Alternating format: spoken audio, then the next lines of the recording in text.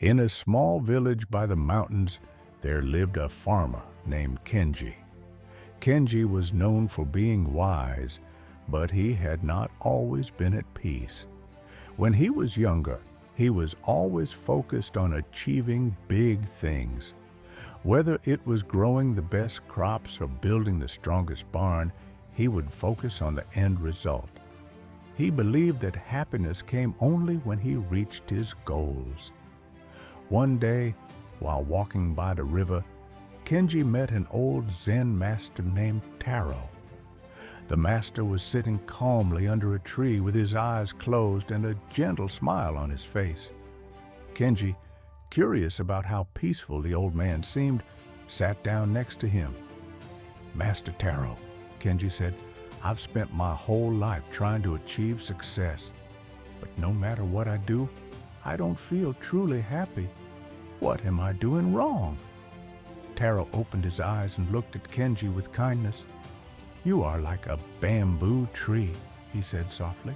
"You focus only on growing tall, trying to reach the sky. But you forget to appreciate the process, the soil, the rain, the sunshine. Happiness doesn't come from just the result, but from the journey itself." Kenji was confused. "I don't understand, Master. How can I be happy if I don't focus on the results of my hard work?" Taro smiled and stood up. "Come with me, and I will show you." The master led Kenji up a mountain until they reached a bamboo grove. The bamboo trees were tall and graceful, gently swaying in the wind. Taro pointed to the trees and said, "Look at these bamboo trees, Kenji. They don't worry about reaching the sky. They grow little by little, day by day. Their roots are deep in the earth, and they trust in the process. They don't focus on when they will grow tall because they know that growth happens naturally with time." Kenji looked at the bamboo and thought about how he had spent so much time chasing after results. His mind was always thinking about the future, worrying about what he wanted to achieve next. He never took time to enjoy the present moment. Taro continued, "Let me show you something." He led Kenji to a small stream nearby. Taro knelt down and scooped some water in his hands. "This water, Kenji, represents your efforts. If you focus too much on the result, you will squeeze too hard, and the water will slip away. But if you hold it gently, it will stay with you." Kenji watched as Taro let the water flow through his hands.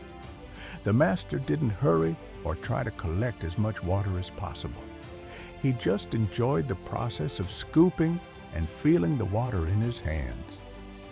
"Now, I want you to try," Taro said, handing Kenji a small bowl. "Scoop the water, but don't focus on how much you collect.